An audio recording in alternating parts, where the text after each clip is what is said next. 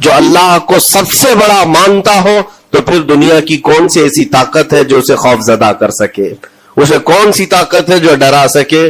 لیکن بہت سارے ایسے ہیں کہ غفلت میں آ کر کے وہ کسی اور کو بڑا سمجھ لیتے ہیں. کبھی حالات کو بڑا سمجھتے ہیں، کبھی تخت و تاج کو بڑا سمجھ لیتے ہیں، کبھی طاقت و قوت کو، فوج کو، نظام کو، ان کا رعب اپنے سینے پر ڈال کر کے جینے لگ جاتے ہیں. جبکہ اللہ تعالیٰ فرماتا فلا تخشوہم واخشونی، ان سے مت ڈرو، مجھ سے ڈرو. اللہ کا خوف جس کے دل میں آ گیا اللہ اس کو ہر خوف سے آزاد کرتا ہے، ہر خوف سے آزاد کرتا ہے. ہم ہندوستان کے جملہ مسلمان جتنے بھی ہیں، ایک مرد قلندر، مرد درویش سیدی سرکار معین الدین حسن چشتی غریب نواز کے اس ہند میں رہتے ہیں. ظاہر سی بات ہے کہ ان کی سیرت ہم سب کے لیے ایک بہت بڑا مشعل راہ ہے، بہت بڑا نمونہ عمل ہے. آپ کو پتا ہے غریب نواز کو ہند الولی کہا جاتا ہے. وجہ یہ ہے کہ ولی کا ہندوستان ہے، یہ نہیں ہے کہ ہندوستان کا ولی، بلکہ یہ پورا ہند ہی ولی کا ہے. دربار غریب نواز سے ہندوستان کو جوڑا گیا ہے. سلطان الہند بھی کہا گیا، سلطان الاولیاء بھی کہا گیا. لیکن جانتے ہیں ان کے آنے کا راستہ اتنا پیچیدہ تھا. وہ سن 583 کی بات تھی، 583 ہجری چل رہی تھی، جب آپ حرم کعبہ سے نکل کر مدینہ طیبہ جا رہے تھے. اس وقت آپ کی عمر تقریباً 45 سال کے آس پاس کی تھی. نہایت ہی عبادت گزار، تقوی شعار، 20 سال اپنے پیر و مرشد کی خدمت کر کے وہ حرم کعبہ میں پہنچے تھے. 20 سال کے بعد جب مسجد نبوی میں گئے تو عجیب سی کیفیت تھی. سلام کیا رسول پاک صلی اللہ علیہ وسلم کے دربار میں تو جواب قبر انور سے آیا وعلیک السلام یا معین الدین شیخ البر والبحر. اے معین الدین تجھ پر میری سلامتی ہو، اللہ کی سلامتی ہو جو خشکیوں کا بھی اور تریوں کا بھی تجھے امام بنایا گیا ہے. اور آواز یہ نبی کریم صلی اللہ تعالی علیہ وسلم کے دربار سے سننے والی آواز تھی. آپ گھبرائے تھے، تھوڑا سا سراسیمگی تھی. یہ ہندوستان کی طرف اشارہ کر کے میرے آقا صلی اللہ تعالی علیہ وسلم نے فرمایا تھا کہ تجھے ہند کی ولایت دی جاتی ہے. اس وقت تک سرکار غریب نواز کو نہ ہندوستان آنا کبھی ہوا تھا، نہ ہندوستان کے علاقوں کو آپ نے کبھی دیکھا تھا، کیونکہ سجستان جو یہاں سے کافی دور ہے، افغان کے قریب ایک علاقہ سنجر جہاں پر آپ کی ولادت ہوئی، وہاں سے نکل کر کے آپ نیشاپور میں آباد رہے. اس کے بعد 40 سال کے بعد حرم کعبہ اور حرم مدینہ میں رہے. لیکن اچانک یہ بات کہ تمہیں ہند کی ولایت دی جاتی ہے ایک تعجب والی بات ہے. نئی جگہ پر بھیجا جا رہا ہے. آپ دوبارہ شام میں نبی پاک صلی اللہ علیہ وسلم کے دربار میں حاضر ہوئے اور سلام پیش کرنے کے بعد، کیونکہ یہ خوشی کی بات تو سب کے لیے تھی کہ ہندوستان کو اللہ تعالیٰ ایک عظیم ولی بھیج رہا ہے، لیکن جس کو بھیجا جا رہا ہے وہ بے قرار تھا، بے چین تھا، کیونکہ نہ راستے پتہ ہے، نہ ملک کے حالات معلوم ہیں. بارگاہ مصطفیٰ صلی اللہ علیہ وسلم میں دوبارہ جب حاضری ہوئی، عرض کیا آقا آپ کا حکم، اس کی تعمیل کے لیے بندہ حاضر ہے، لیکن نہ یہ فقیر ہندوستان کے راستے دیکھا ہے، نہ وہاں کے حالات معلوم ہے. حضور پاک صلی اللہ تعالی علیہ وسلم کے دربار میں یہ اپنی بپتا سنا رہے تھے، داستان غم سنا رہے تھے. غنودگی طاری آ گئی، یعنی نیند سی کیفیت آ گئی، اور بارگاہ رسول صلی اللہ علیہ وسلم میں ایک دیوار پر ٹیک لگا کر جیسی ہی آپ کی آنکھیں بند ہوئی، رسول کریم صلی اللہ علیہ وسلم تشریف لائے اور اشارہ فرما کر پورے ہندوستان کے نقشے آپ کے سامنے کھول کر رکھ دیے.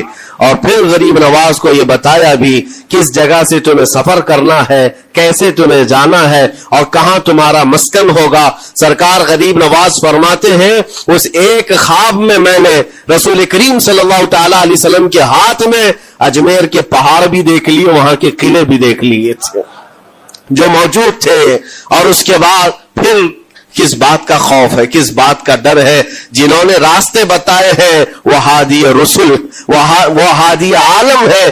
نبی پاک صلی اللہ علیہ وسلم آئے ہیں پوری کائنات کو راستہ دکھانے کے لیے، اور جنہوں نے غریب نواز کو ہند کا راستہ بتایا ہو، پھر ڈر کس بات کا؟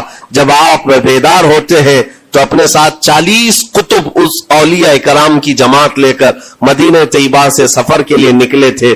میرے عزیزو اب بات یہاں آتی ہے, اسی لیے مدینہ طیبہ سے یہ پورا پلان ہوا ہے, مدینہ طیبہ سے بھیجا گیا ہے, مدینہ طیبہ سے پلیسمنٹ ہوا ہے. اسی وجہ سے آج تک تاریخ غریب نواز کو عطائے رسول کہتی ہے. عطائے رسول ہے, رسول اللہ کی عطا ہے, ہندوستان والوں کے لیے خاص عطا ہے میرے آقا صلی اللہ علیہ وسلم کی. جب وہ سفر کے لیے نکلے سن 83 سے چلے تھے تو یہاں ہندوستان پہنچتے پہنچتے آپ کو 87 یعنی 4 سال کا عرصہ لگ گیا تھا. 4 سال کے عرصے کے بعد آپ پہنچے میرے عزیزوں. نہ پلینوں کا سفر نہ جہازوں کا سفر کہ اڑ کر کے ادھر سے ادھر آ گئے. وہ تو پیدل قافلہ نکلا تھا, درویشوں کا قافلہ تھا, اور وہاں مدینہ طیبہ سے نکل کر بغداد پہنچے. بغداد میں اولیاء کاملین کی صحبت پائی, وہاں سے پھر نیشاپور, پھر اس کے بعد ہرات اور افغان کے علاقے ہوتے ہوئے لاہور پہنچے. لاہور میں سرکار داتا گنج بخش عالم رحمت اللہ تعالی علیہ کے دربار میں چلہ کشی فرمائی. وہاں سے دلی پہنچے. یہاں یہ پورا جو راستہ ہے 4 سال کا میرے عزیز و تاریخ میں ہے. سرکار غریب نواز جس راستے سے چلتے جاتے تھے جو کافر یا مشرک بھی دیکھتا وہ دائرہ اسلام میں داخل ہو جاتا نا. نور الہی, نور وحدت کا ٹکڑا آپ کی جبین اقدس پر ایسا چمکتا تھا کہ لوگ جو آتے وہ پھر آپ کی صحبت سے دور کوئی جاتا نہیں تھا. دلی میں جہاں آپ آئے ایک عجیب اتفاق ہے, اس وقت کھانڈے راؤ ایک بڑا راجا تھا, اس کا قلعہ تھا, اس کے سامنے ہی آپ نے پڑاؤ ڈال لیا.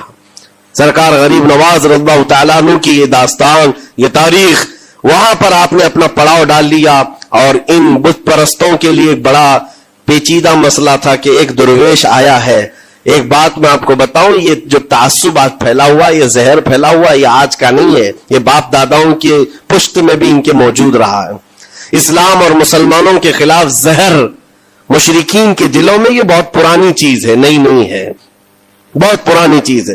تعصب دلوں کے اندر کڑھن رکھنا اور کبھی ایکسپٹ نہ کرنا, یہ سرکار غریب نواز جس دن ہند میں قدم رکھ رہے اسی دن سے آپ نے اس کو فیس کیا ہے, اسی دن سے آپ نے اس کو دیکھا ہے. اور وہاں پر کھانڈے راؤ کی جماعت نے بہت کوششیں کی کہ یہ دلی میں داخل ہوا, یہیں سے ان کو ختم کر دیا جائے, نکال دیا جائے. لیکن عجیب اتفاق یہ ہے کہ یہ جو جماعت آئی تھی سرکار غریب نواز کے ساتھ, نہ ان کے ہاتھوں میں تلوار ہے, نہ بھالے ہیں, نہ چاقو ہے, نہ چھری ہے. یہ تو گدڑیاں پہنی ہوئی درویشوں کی جماعت تھی, گدڑیاں پہنی ہوئی درویشوں کی جماعت جو جھولے میں سوکھی روٹی رکھتے تھے اور پانی میں بھگو کر کھا لیا کرتے تھے. ان کے پاس نہ کوئی ہتھیار ہے, نہ کوئی سامان حرب, سامان جنگ ہے. ان کو نکالا جائے تو کس بات سے نکالا جائے, ہمت بھی نہ ہوتی تھی. یہاں تک کہ جو آپ کو وہاں سے جانے کی بات کرنے کے لیے آتا تھا, تھوڑی دیر محفل میں بیٹھتا اور کھڑا رہتا اور کلمہ پڑھ کر پھر مشرف اسلام ہو جاتا. دلی کے اندر ایک دن کے اندر 1000 لوگ اسلام میں داخل ہوئے تھے.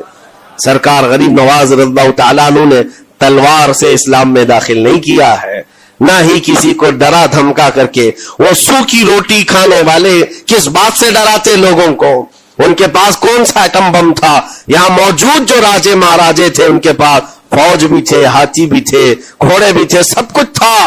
لیکن آنے والا مرد قلندر کیا لے کر کے آیا تھا تاریخ میں بتایا جاتا ہے. یہ وہ زمانہ تھا جب شہاب الدین غوری ہند کے اوپر حملے کر کے یہاں پر آنے کی کئی مرتبہ کوشش کیا. یہ افغان کا بادشاہ تھا شہاب الدین غوری, جب ہندوستان پر کئی مرتبہ حملے کر کے ناکام لوٹ رہا تھا, بیچ راستے میں ان فقیروں کی جماعت سے بادشاہ کی جماعت کی ملاقات ہو گئی. سپاہی جا رہے تھے شکست کھا کر اور یہ درویشوں کا قافلہ ادھر آ رہا تھا. دیکھا پہچانی سی صورتیں لگتی ہیں, جا کر کے ایک سپاہی نے پوچھا بابا آپ لوگ کہاں جا رہے ہیں؟ تو بابا جو جماعت میں آ رہے تھے انہوں نے کہا ہندوستان فتح کرنے جا رہے ہیں. بڑی بات ہے, گدڑیاں پہنے ہوئے, پیون لگے کپڑے ہیں, چھولیاں لٹکائے ہیں. اور اس نے دیکھ کر کے کہا مارا سپاہی نے, کہا یہ دیکھتے ہو ہمارے بادشاہ کی فوج ہے, اس میں ہاتھی گھوڑوں کی تعداد دیکھو, ذرا سامان جنگ تو دیکھو, اس میں نیزے تلواروں کی چھنک تو دیکھو, اور آپ یہ چند فقیروں کی جماعت لے کر ہند فتح کرنے کی بات کر رہے ہیں.